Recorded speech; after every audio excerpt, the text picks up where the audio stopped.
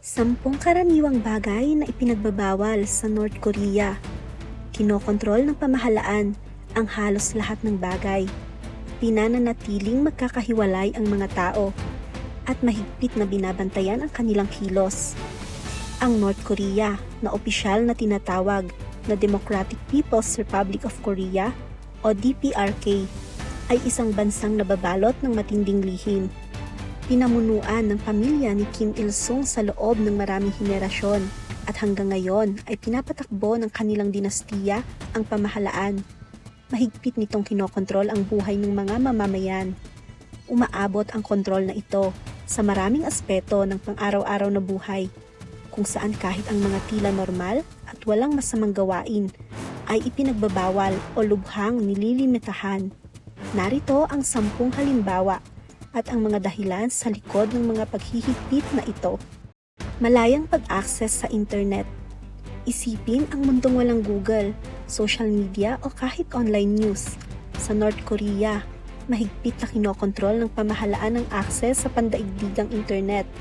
May access lamang ang mga mamamayan sa isang panloob na network na lubhang sinusuri at sinisensor. Mahigpit na ipinagbabawal ang pagkonekta sa labas ng bansa. Natatakot ang pamahalaan na kumalat ang impormasyon na maaaring maghamon sa kanilang kapangyarihan. Media mula sa South Korea. May tensyong relasyon ang North Korea sa kapitbahay nitong South Korea. Dahil dito, ipinagbabawal ang lahat ng uri ng media mula sa South Korea, kabilang ang mga pelikula, musika at palabas sa telebisyon. Nag-aalala ang pamahalaan na ang pagkakalantad sa kulturang Korean ay maaaring magpahina sa kanilang kontrol at magpasiklab ng ideya ng muling pag-iisang bansa. Kalayaan sa paglalakbay. Hindi malayang makapaglakbay ang mga North Korean kahit sa loob ng sarili nilang bansa, lalo na sa ibang bansa. Limitado ang paggalaw sa loob ng bansa at kailangan ng permit upang makapaglakbay sa pagitan ng mga lungsod.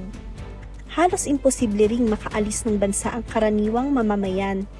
Natatakot ang pamahalaan sa pagtakas ng mga tao at sa pagkalat ng impormasyon tungkol sa buhay sa labas ng North Korea. Kalayaan sa relihiyon. Bagamat opisyal na sinasabing pinapayagan ang kalayaan sa relihiyon, sa realidad ay mahigpit itong nililimitahan. Tinataguyod ng pamahalaan ang isang kulto ng personalidad na nakasentro sa pamilya ni Kim Jong-un. Inaasahan ang ganap na katapatan ng mamamayan sa kanilang mga pinuno. Ang mga gawaing panrelihiyon na maaaring makipagkompetensya sa katapatang ito ay pinanghihinaan ng loob o pinagbabawal. Malayang paggamit ng cellphone. Dumarami ang gumagamit ng mobile phone sa North Korea, ngunit mahigpit itong minomonitor. Karaniwan, pinapayagan lamang ang tawag at text sa loob ng panloob na network ng bansa. Mahigpit na ipinagbabawal ang pag-access sa banyagang content o pagtawag sa ibang bansa. Ilang uri ng hairstyle at pananamit. May mahigpit na regulasyon sa hitsura. Limitado ang gupit ng buhok ng mga lalaki sa ilang aprobadong estilo at ipinagbabawal ang pagkulay ng buhok. Sa kababaihan naman, inaasahang disente at hanggang tuhod ang haba ng damit.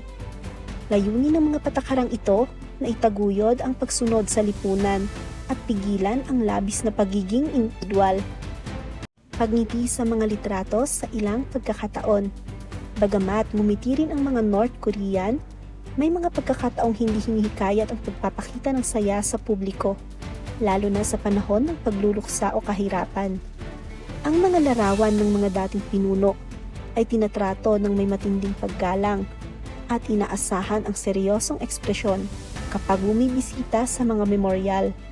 Gayunpaman, sa mga pagdiriwang at opisyal na okasyon, hinihikayat ang masiglang ngiti. Jeans at ibang kanluraning damit. Ang jeans at iba pang estilong kanluranin ay madalas na inuugnay sa kulturang Amerikano na madalas pintasan ng pamahalaan ng North Korea.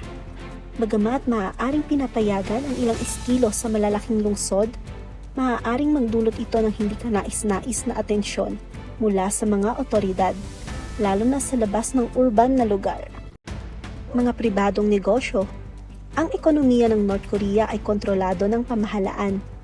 Karamihan sa mga pribadong negosyo ay ipinagbabawal at karamihan sa mga mamamayan ay nagtatrabaho sa mga kumpanyang pag-aari ng Estado.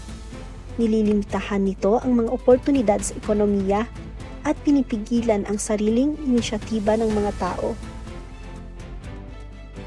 Pagpuna o pagbatikos sa pamahalaan. Ang pinakaseryosong paglabag sa listahang ito ay ang anumang pagpuna sa pamahalaan o sa pamilya ng Kim.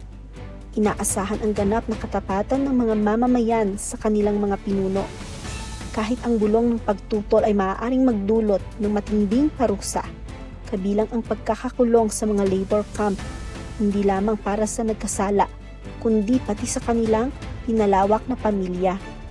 Mga kakahinatnan sa paglabag sa mga patakaran. Ang mga parusa sa paglabag sa mga paghihigpit na ito ay nagkakaiba depende sa bigat ng kasalanan. Ang maliliit na paglabag ay maaaring magresulta sa multa o pampublikong kahihiyan. Ang mas mabibigat na paglabag, tulad ng panonood ng media mula sa South Korea o pagtatangkang tumakas sa bansa, ay maaaring humantong sa pagkakakulong sa mahihirap na labor camp o maging sa parusang kamatayan. Bakit umiiral ang mga paghihigpit na ito? Pinapaliwanag ng pamahalaan ng North Korea na kailangan ang mga paghihigpit na ito upang mapanatili ang pambansang seguridad at kaayusang panlipunan. Natatakot silang kumalat ang impormasyon na maaaring maghamon sa kanilang kapangyarihan o magdulot ng panawagan para sa reforma. Gayunpaman, lubhang nililimitahan ng mga patakarang ito ang kalayaan ng mga mamamayan at nagpapakita ng larawan ng isang bansang hindi ganap na iginagalang ang mga pangunahing karapatang pantao.